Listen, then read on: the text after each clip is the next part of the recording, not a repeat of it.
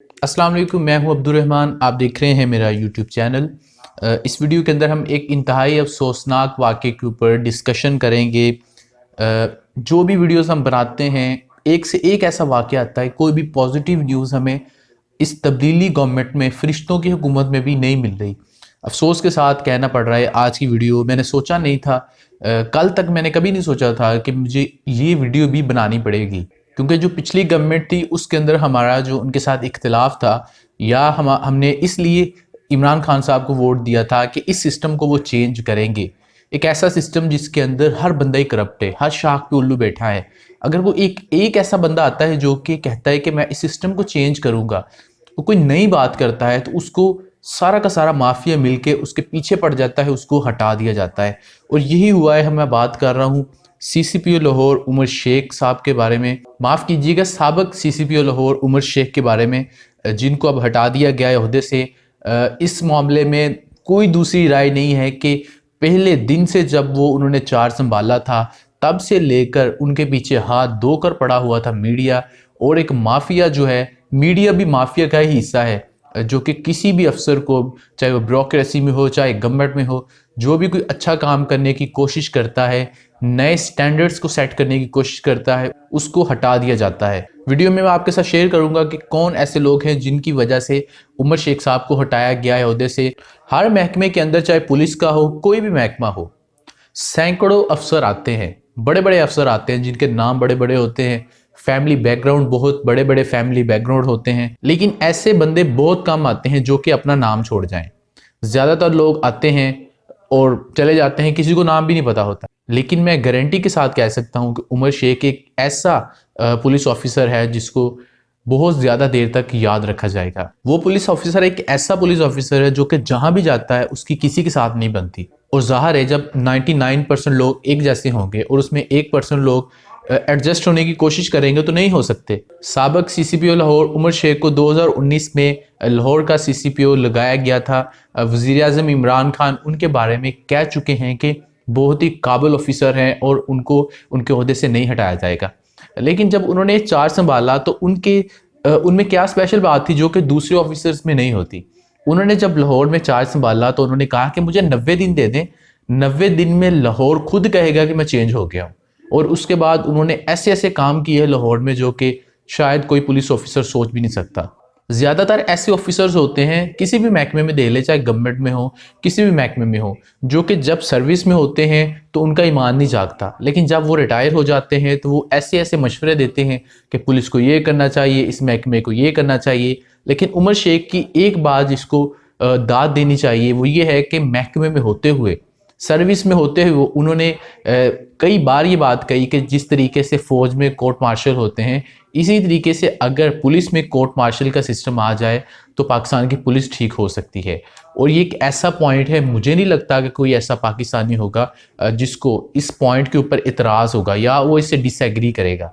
Share करूँगा मैं आपके साथ कुछ ऐसी बातें जो कि सीसीपीओ के हवाले से हैं, और इन्हीं बातों की वजह से आज उमर शेख को हटा दिया गया है।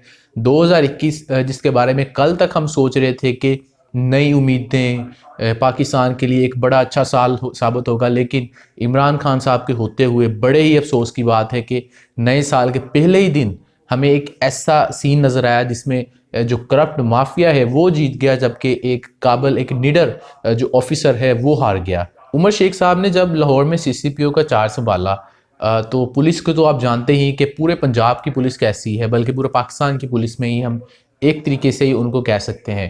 तो उन्होंने पुलिस के महकमे के अंदर जो काली बेड़े हैं उनको चुन चुन कर निकाला और बहुत सारे ऑफिसर्स को मुअत्तल किया। एक वाक़या मैं आपके साथ शेयर करता हूँ। एक लाहौर में वाक़या पेश आया था एक नौजवान के साथ, और उसको लूटा गया था। उसके पास लैपटॉप था और कुछ नकदी थी। रोड के ऊपर उस नौजवान को लूट लिया गया और वो करीबी थाने चला गया। उसके बाद उसने करीबी थाने जाकर ये बात उनको बताई कि मेरे साथ ये वाक़या पेश आ गया है। और उसके बाद उन पुलिस ऑफिसर्स ने जो उस थाने में मौजूद थे उसके ऐसी बातें की जो कि आप किसी महज़ब कौम में, ये किसी महज़ब मुल्क में सोच भी नहीं सकते कि पुलिस ऐसी बात कहेगी। उसे कहा गया कि कल को आप लैपटॉप की रसीदें लेकर आना, अगर रसीदें तुम्हारे पास ना हुई तो घर ही रहना, पुलिस स्टेशन ना आना। और उस बंदे को 100 रुपया दे दिया गया कि ये किराया लगा लो और घर चले जाओ। और किसी ना किसी तरीके से वो बंदा पहुंच गया सीसीपीओ के पास। अब उमर शेख साहब ने इसके ऊपर एक्शन लिया और ये दिन का वाकया था, दोपहर का, और रात 11 बजे वो पुलिस ऑफिसर जिन्होंने ये सब किया था उस बंदे के साथ, उसको 100 रुपया देकर टरका दिया था, वो सारे हवालात में बंद थे। अब आप खुद हिसाब लगा लें कि एक ऐसा बंदा जो कि इस तरह के एटीट्यूड का मालिक हो, उसको पुलिस का महकमा कैसे बर्दाश्त कर सकता है। आज तक जब तक सीसीपीओ लाहौर ओहदे पर थे, 2 ऐसी कुव्वतें थी जो कि डे 1 से उनके खिलाफ थी। पहली पाकिस्तान मुस्लिम लीग नून और दूसरी मीडिया। ये वो 2 कुव्वतें हैं जो कि पाकिस्तान की बेड़ा गर्क करने में इनका कलीदी किरदार है। पहले दिन से मीडिया ने उमर शेख को एक विलन के तौर पर पेश किया। आपको याद होगा मोटरवे पर एक सानिया पेश आया था, एक खतून के साथ ज्यादती का वाक़या पेश आया था। तो उमर शेख साहब ने एक बयान दिया था जिसमें उन्होंने कहा था कि अगर कोई मेरी बेटी होती और उसने जाना होता तो मैं उसको कहता, बेटा कि आप मोटरवे पर ना जाओ, आप जीटी रोड ले लो। ये कोई ऐसी बात नहीं थी जिसको इशू बना दिया जाता। इस बयान के बाद जब पाकिस्तान के अंदर ये बात डिस्कस होनी चाहिए थी कि उस खतून के साथ ये गलत हुआ है, हम इसको कैसे बेहतर कर सकते हैं, तो सारे के सारे मीडिया ने उमर शेख का इस बयान को पाकिस्तान का सबसे बड़ा मसला बना दिया। उस दिन उमर शेख का ये जो बयान था, ऐसे लग रहा था कि उन्होंने पता नहीं क्या कह दिया, उसको तोड़ मरोड़ कर अपनी तरह की हेडलाइंस बना दी गई, टिकर्स बना दिए गए। पहले हम बात करते हैं कि मीडिया को उमर शेख से क्या मसला है। उमर शेख साहब का मैंने एक इंटरव्यू देखा था, उसमें उनसे यही सवाल किया गया था कि मीडिया का आपके साथ क्या मसला है। तो उमर शेख ने ये बताया था कि अगर मेरे होने से लाहौर में ये जो मीडिया मालकान है इनकी दिहाड़ियाँ बंद हो जाएंगी, ये जो करोड़ों रुपया लेते हैं अगर ये बंद हो जाएगा तो इनको मैं बुरा तो लगूंगा ही। लाहौर में रहने वाले कुछ मीडिया मालकान का उमर शेख के साथ मसला था। उमर शेख ने उनकी दिहाड़ियाँ बंद कर दी थी, इसलिए मीडिया उनके पीछे हाथ धोकर पड़ गया था। अब नून लीग की अगर हम बात करें तो नून लीग जो कि नाम ही इनका हो जाना चाहिए कब्जा ग्रुप, कब्जा माफिया। अब मुस्लिम लीग नून के एक रहनुमा है जिनका नाम है शाहनवाज रांझा जो कि MNA हैं, और कुछ और रहनुमा भी हैं जो कि कब्जा माफिया हैं, जिनके खिलाफ उमर शेख ने बहुत सारी कार्रवाइयाँ की हुई थी। और उसके बाद लाहौर के अंदर कौन नहीं जानता कि मुस्लिम लीग नून के बहुत बड़े बड़े कब्जा ग्रुप हैं। ये जो खोखर बरादरान हैं ये लाहौर के बहुत बड़े कब्जा ग्रुप हैं, कब्जा माफिया है, इनके बारे में कौन नहीं जानता। कुछ रोज पहले ही ऐसी बातें आ रही थी कि इनके ऊपर हाथ डाला जा रहा है। ये जो खोखर बरादरान है, इनकी जो ज़मीनें हैं वो भी वागजार कराई जाएंगी। और उस दिन ही ये बात चलनी शुरू हो गई थी कि उमर शेख की जो नौकरी है वो खतरे में थी। लेकिन अगर मैं अपनी बात करूं तो मुझे इस बात में ज़रा सा भी शक नहीं था कि उमर शेख को हटाया जाएगा। मुझे यकीन था क्योंकि हम नए पाकिस्तान में रहते हैं, फरिश्तों की हुकूमत है, करप्ट लोग चले गए हैं सारे, तो उमर शेख को क्यों हटाया जाएगा। ये लोग तो वैसे ही इस गंद को साफ करने आए हैं। लेकिन आज बहुत ही अफसोस हुआ मुझे कि जब उमर शेख को ओहदे से हटा दिया गया। अब खुद देख लें कि नून लीग के कब्जा माफिया के खिलाफ ये कार्रवाई होनी थी। वही कब्जा माफिया उनके खिलाफ प्रोपेगेंडा कर रहा था, शुरू से प्रोपेगेंडा किया जा रहा था उनके खिलाफ। अब उनको ही जब पकड़े जा रहा था, बहुत बड़े कब्जा माफिया है ये लोग, और उन्हीं के प्रेशर की वजह से अब इनको हटा दिया गया। अब आप देखें कि और क्या पाकिस्तान में कैसा पॉलिटिकल सिस्टम हो और किसकी हुकूमत आ जाए तो हम लोग ये कह सकेंगे कि पाकिस्तान में बिल आकर ऐसी हुकूमत है जो कि घुटने नहीं टेकेगी। अब मुझे नहीं पता किसने किसको प्रेशर दिया और हुकूमत पंजाब या वफाकी हुकूमत किसके प्रेशर में आकर ये सब कुछ कर रही है। कुछ रोज़ पहले तो प्राइम मिनिस्टर ने कहा है कि उमर शेख एक बहुत ही अच्छे ऑफिसर हैं और उनको नहीं हटाया जाएगा।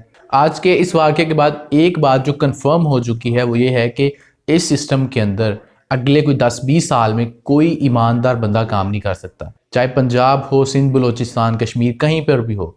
कोई ईमानदार बंदा जो कि सिस्टम को चेंज करने की बात करेगा उसको वो सिस्टम एक्सेप्ट नहीं करेगा। ये हुकूमत रिफॉर्म्स के नाम पर आई है, रिफॉर्म्स कर भी रही है, मुख्तलिफ महकमों के अंदर हमें अच्छे असरात नज़र आना शुरू हो गए। लेकिन जब इस तरह के वाक़यात होते हैं तो बिल्कुल उम्मीद ख़त्म हो जाती है इस गवर्नमेंट से कि ये गवर्नमेंट भी कुछ नहीं करेगी। अफसोस के अलावा कुछ नहीं किया जा सकता। मेरे पास अल्फाज ही नहीं है कि मैं किन अल्फाज में कहूँ कि एक अफसर अगर आता है वो बंदा खुल के बात करता है, चाहे पॉलिटिशियन हो, कोई भी हो। उम्मीद करते हैं कि इस गवर्नमेंट को जो हमने वोट दिए थे कम से कम उनकी लाज रख लें। 2023 में कितने साल हैं, अगला साल 2022 है और 23, सिर्फ इनके साथ पास 2 साल हैं। 2 साल के बाद जब इन्होंने वोट लेने आना है तो उनको हमने वोट क्यों देने। हमारे पास लिटरली कोई ऑप्शन ही बच गया। पीपल्स पार्टी को, नून लीग को मैं तो वोट नहीं दे सकता। एक पार्टी है पाकिस्तान तहरीक इंसाफ, हमें महंगाई भी हम बर्दाश्त कर लेंगे, अगर हमें बिजली महंगी मिलेगी वो भी हम एडजस्ट कर लेंगे, हमें सब्जियां खाने पीने की चीज़ें महंगी मिलेगी, हम सब कुछ बर्दाश्त कर लेंगे। लेकिन जिस काम के लिए आप आए हैं वो काम तो आप लोग करें। हमने आपको इसलिए वोट नहीं दिया कि हमारी जो खाने पीने की अशिया हैं उनको एकदम से आप उसमें 25% कमी कर दें, 50% कमी कर दें। हमने आपको इसलिए वोट दिया है कि इस मुल्क का जो कबाड़ा हो चुका है इसको ठीक करें। तो आप हमें कमेंट सेक्शन में बताइए कि इस हवाले से आपके क्या ख्यालात है। तो हमें आपके फीडबैक का इंतज़ार रहेगा। कमेंट सेक्शन में अपना हमें फीडबैक दीजिए। इस वीडियो को लाइक कर दें, शेयर कर दें, और अगर आपने इस चैनल को अभी तक सब्सक्राइब नहीं किया तो, और अगर आप वीडियोज़ इस तरह की देखना चाहते हैं तो इस चैनल को सब्सक्राइब कर दें और बेल आइकन को भी क्लिक कर दें, ताकि जब भी हम कोई नई वीडियो अपलोड करें तो आपको उसका नोटिफिकेशन मिल जाए।